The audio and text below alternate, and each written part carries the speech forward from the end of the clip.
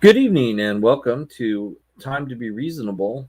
I'm your host, Frank, and tonight we're going to discuss a little bit of things. One thing that wanted to discuss is kind of what is going on in our legislation. I think I want to do that every night, just kind of discuss what they're up to, what they're doing, and went on to roll call tonight. Funny little video. Apparently, some of one of them was reading a list of different flavors of nicotine. One was threatening to turn off the AC or to turn the AC lower and lower. I don't know if it's in DC. I guess it's DC. I guess he's turning the thermostat down so it's the cold is getting in. I guess that's how it would work. Because I guess it would be incredibly cold in Washington D.C. I've never been down there that late in I've only been there once in my life, and it was during the summer, I believe. That's when we had our elections for college Democrats. Um, so I think that's when that was, when I was in DC. Anyway, I was so basically they're getting a lot of nothing done, like normal. There's probably some good bills and stuff. We're going to discuss those too. Um, Today, basically, what I wanted to discuss is okay, cool. You're in office, or basically how we as libertarians frame our arguments, because there's a point where you can say, we're going to, you know, if you put me in office, I'll dismantle the government. Lickety split. But the reality is there's obviously other Congress people, different parties. They think things. I mean, even though there might be an extreme view, there's always that check and balance that our forefathers put within the government. So even if somebody has some crazy ideas or some ideas that might be way over, there's always a stopping gap that exists. So I kind of wanted to talk about that today. I wanted to talk about, what is the realistic goals once if you're a legislator, if you're we're not going to talk about councilman. So basically, yeah, if you're a legislator in Washington, you're either a congressman or you're a senator. What you're going to, what you could accomplish, or how you would find uh, things, or what we would look at in trying to come up with the best reforms. I mean, obviously, the one reform, or the one thing that you're going to do as a libertarian, is you're going to try to strike down anything that just either adds red tape or adds or there's a book that's already on a law that's already on the books or something like that. That's obvious. You're going to, in most cases, you're going to want to stop anything that increases military spending, any kind of spending, any kind of taxation. Obviously, the no votes on that's a no. That's a no. So I wanted to look at kind of a roadmap, if you will, of those things. And one of the reasons that this is useful is if come campaign time, you actually got to tell people what you're going to do and actually be aware of what you're going to do. Because you can go ahead and you can give the overarching thing. You can say, "Oh, well, I'm gonna get rid of the national forests. I'm going to get rid of the education program. We're going to get rid of all these things." And it's like, but you're just going to be a congressman. So what are you really going to do? Because there's a point where someone's going to say, okay, brass tacks, cool, we understand you want to get, you've got these, let's get down to this, but what are you actually going to do? How are you going to affect real change towards the system that you want, and not just saying that this is bad, but actually, changing something. So I wanted to look at that today, and the way I wanted to look at that was I actually was on the Libertarian Discussions site on Facebook. It's Libertarian Party Discussion, I want to say. I will look that up because I actually do want to give the right information on that, and I can find it pretty easily. So I'm just going to look, no problem. So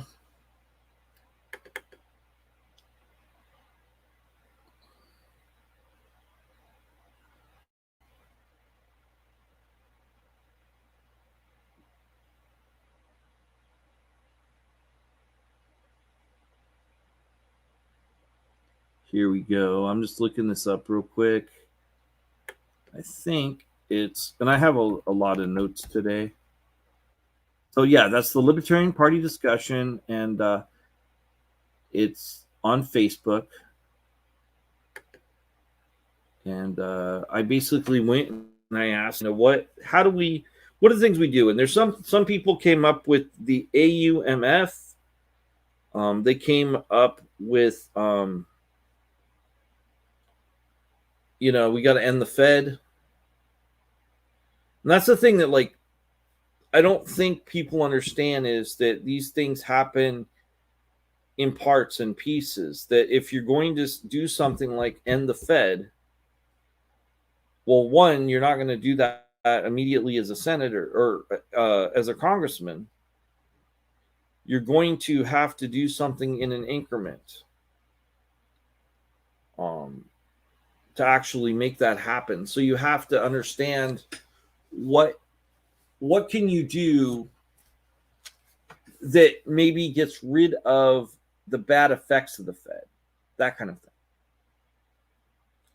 So there were big ideas still. But the closest one I got was the Libertas Institute. So I looked that up because they said they had, that they were kind of a think tank that did policy. And I went on their site, and they were great for Utah. But I think that they would be very good to take that for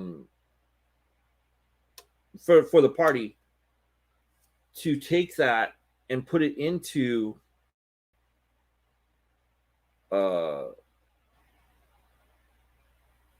what they call, scaling, that we should scale it as a party, or as like-minded libertarians, or as however you want to do it, but basically so that way, when we're trying to get people elected, they'll have more of a roadmap. They can be activists from the get-go by doing their calling and stuff. I thought it was really cool. I went on to the Institute, and so I was like trying to figure out what we had nationally like that. And that's the next question I'm going to ask in that group, by the way. And I'm asking right now in the group because I'm going to try and post this. I'm going to try and post this into the video, and hopefully they'll. I'm going to try and post this, and hopefully they'll let me post it. But so I was looking for other think tanks, and I'm going to go through the ones that that I went to first, because the one that I found is more robust.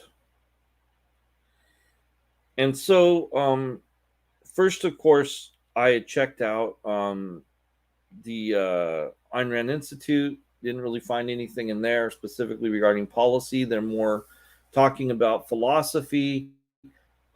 Sometimes it does intersect with policy, but not all the time, and it didn't have any of the bills. Ideally, and what I liked about Libertas Institute is it actually has bills that are being proposed in Utah and our stance on them, and how to get a hold of your senator so that you can affect a change. And so I thought that that was really effective, and I'm definitely in favor of that. So I checked the Atlas Society, and I didn't really find anything. In fact, I found an article. I found an article from the Atlas Society that I found to be very wanting. It was about immigration. And it was basically just, these are the reasons that we feel that immigration, that the idea of shutting down immigration is kind of wrong because, and there's like 4 reasons. And it was a really quick article, but to me, it's such a large issue. I was just kind of surprised. I guess the Atlas Society to, like, I know that one thing about the Atlas Society is it's less locked down as far as their different philosophers that they bring in and such. But as far as the and they have a lot more authors and stuff, it's less of a inner circle style, kind of like the Ayn Rand Institute sort of has. But even I think the Ayn Rand Institute has kind of gone away from that. I think their big thing may just be that they didn't want to follow Peikoff at the time. And the Ayn Rand Institute followed Peikoff. I think that was really the thing. I don't know. You can look all that up. I just wanted to kind of explain that. I also looked at the Mises Institute because I know that they're a think tank and group and organization that are very much into this, but I didn't see any policy specifically from them. I looked, but I didn't see anything. If you're watching this video and you want to correct me, feel free. Just, be respectful. That's all I ask. As far as, but what I did find is on Cato, and I'm going to now use my phone because it's got a lot of information in it, because that's how I found, and I want to be able to find. They have a guidebook that they put out that is, I'm going to go into the Cato Institute and just get this guidebook. Now, I'm not 100% sure. I think that in most cases, the Cato Institute is libertarian, but in some other cases, it's more of a libertarian conservative only kind of. I don't know. I know that the Koch brothers were a lot part of it, and some things like that. So I'm just saying, like, as far as their event is a little bit different, but let's see what I did with it. Did I lose it? Okay, how did I get there? That's always a fun thing. On a website. How did I get there? I remember. This is not my beautiful wife. This is not my beautiful family. If you've ever seen Down and Out in Beverly Hills or heard that song, you understand the joke, but you might not. I don't know. I'm loading Cato Institute again so that we can get the information. But basically, what's interesting is they have a guidebook that they've put out. It looks like every year. And originally, it was specifically, I think it might have actually talked about the bills, but now it talks more about the type of action that needs to be taken. And it's actually a plan. It's pretty good. I just don't completely agree with some of their thinking, and I'm really not. This is bad. This is bad TV because you're waiting for me to get a website up. and that's never great. So I'm trying to get this. You know what? For speed, I'm gonna just take myself off of Wi-Fi, and then that will be a lot faster. So we'll get that done now. Here we go. Okay. So Cato Handbook for Policymakers.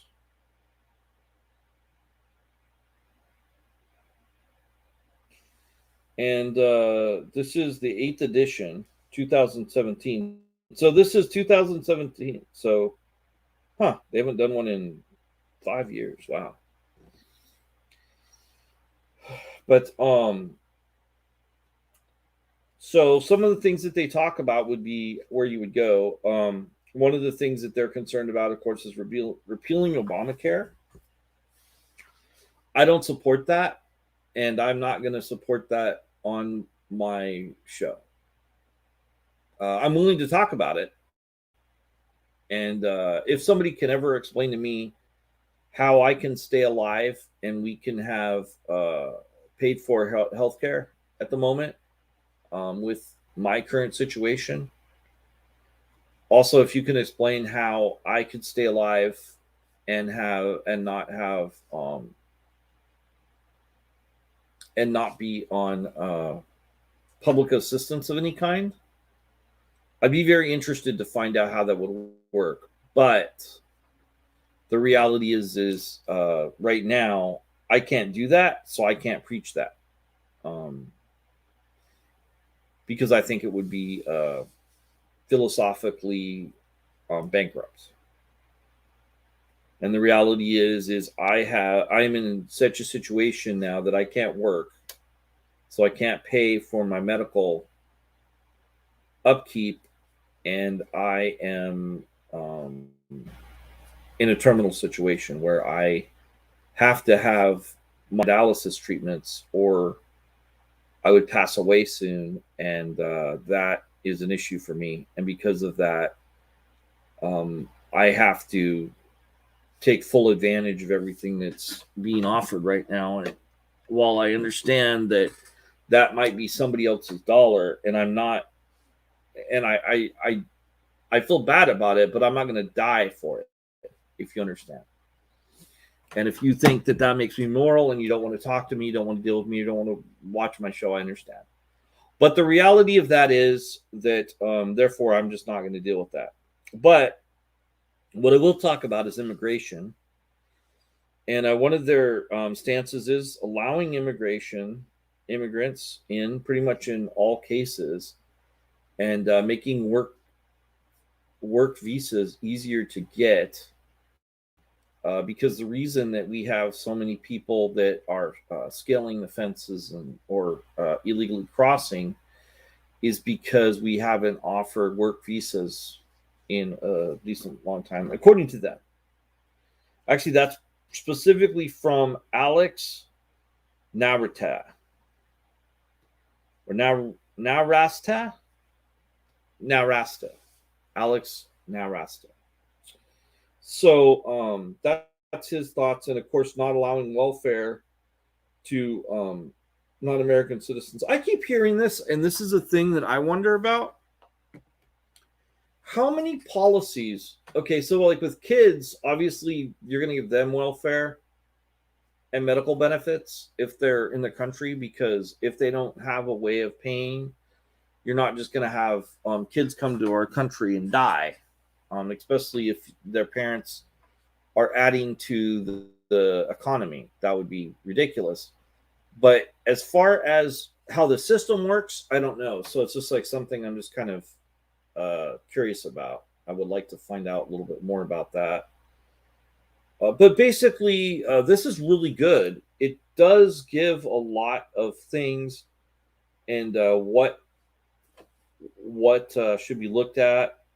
Stopping police militarization, national ID systems, restoring the right to keep and bear arms, the war on drugs, fiscal rules that work, fiscal federalism, campaign finance, fixing an over-regulated marketplace of ideas, reclaiming the war power, tort and class action reform, redistricting, government transparency. So there's a decent list of policy, at least, coming from the Cato Institute.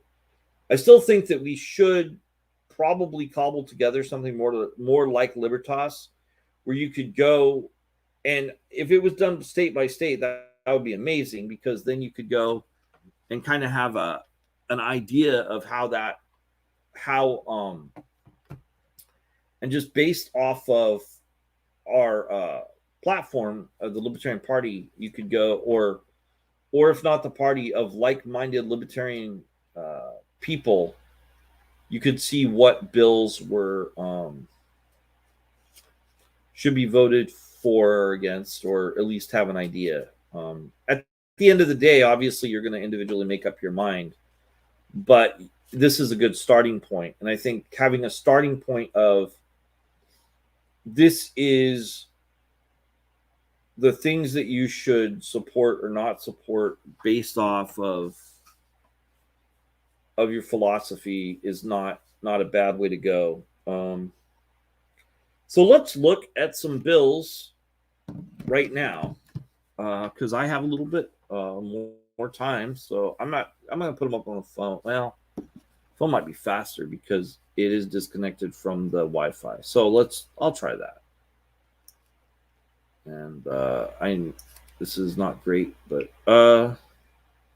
see, let's go with Congress, because more often than not, U.S. Congress bills, legislation here. Okay, Congress Gov.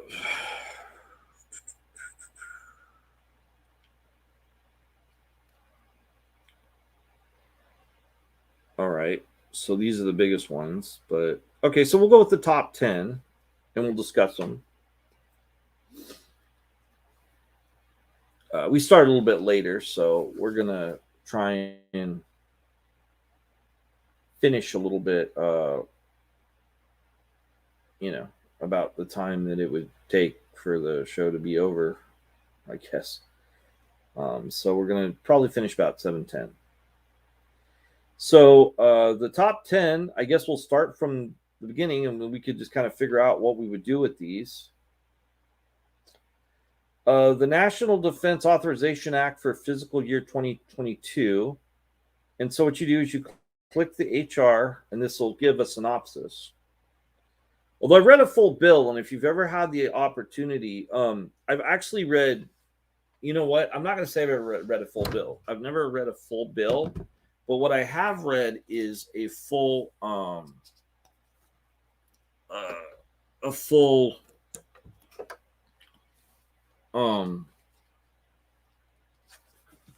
proposition in California. So I guess that would be a little bit different. The bills are probably longer. Like, this is a bill. I guess this would give me an idea. They have a synopsis.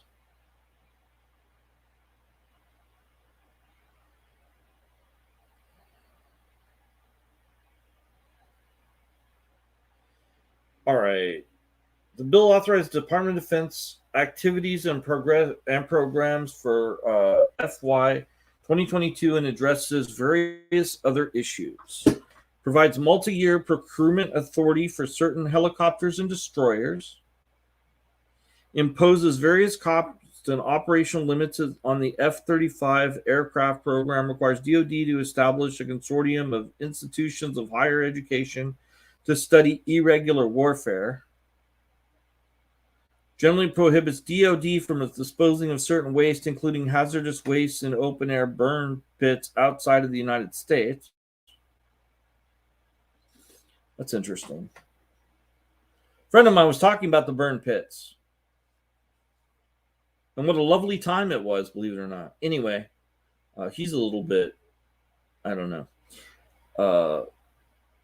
DoD to impose a temporary moratorium on burning substances, commonly known as PFAS, expand selective service registration to include women, requires the Army, Navy, Air Force, and Coast Guard to appoint special victim prosecutors.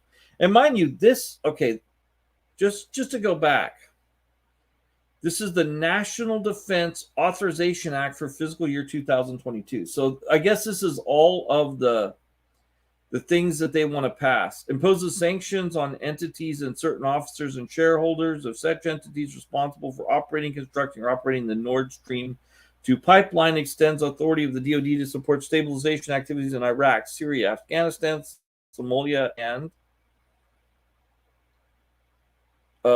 establishes within the General Service Administration the National Digital Reserve Corps to help address the digital and cybersecurity needs of executive agencies.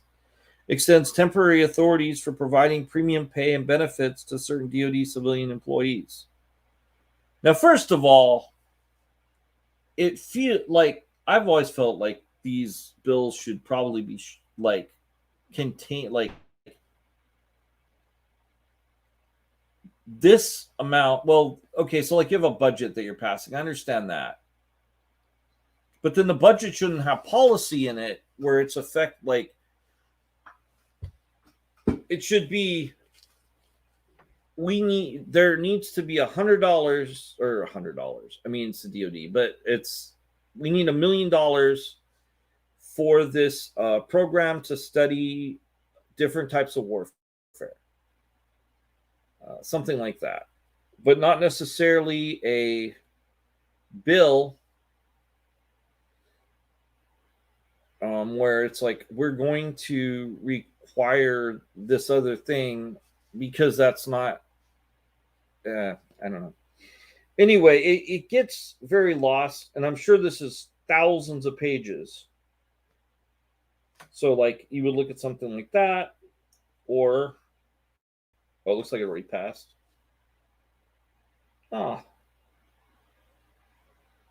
That's annoying. My thing went away. Oh, there we go. Let's see here.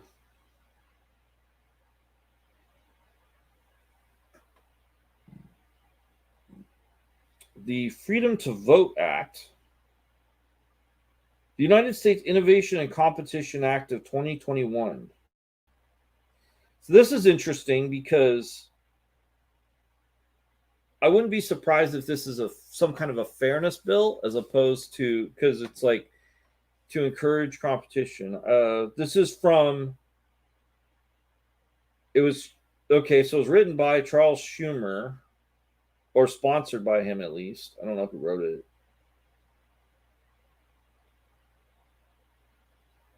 Oh, this passed Senate, but okay, so this passed Senate. So this is stuff to be aware of, but you'd also look at what would you do with it?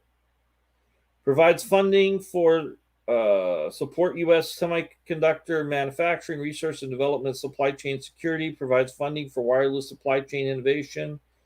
Establishes a directorate for technology and innovation to the National Science Foundation. So, do we need a directorate to make sure that these things are looked at? Extends through 2025 the authority of the National Aeronautics and Space Administration to lease its non-excess real property related personal property. So it allows them to, and I still don't know, I guess some of this stuff would be authorize various programs and policies related to space exploration. Authorizes international affairs programs and activities, including foreign assistance for the Indo-Pacific region. Wait, what was our subject again here? It was an Innovation and Competition Act. Imposes sanctions on China for cybersecurity and human rights abuses. I don't know how that increases our competition. I guess it makes it harder for China, so it's easier for us to compete. I don't know. These bills go on, and we're about out of time. But I kind of wanted to go and just look at how one would construct and work towards arguments that they can talk to people on the day to day. But I've been Frank, and this was a time to be reasonable. And I'll see you again on Friday at 6:30, and I'll try not to be late. Oh, one more thing, and I hope that you'll actually listen. You should go on to tpublic.com/store/gaming-fix. And very soon, and by very soon, I mean either today or tomorrow, Sunday, like sometime within the week, we will have Time to Be Reasonable t-shirts. So you can go and you can support us by going to tpublic/stores/gaming-fix. GAMINGFIXX. Thanks for tuning in. Everybody have a great day.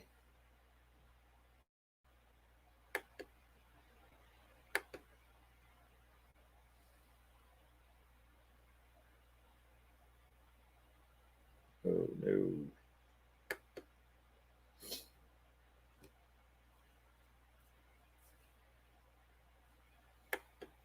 So weird when I can't sign off. I don't know I need to like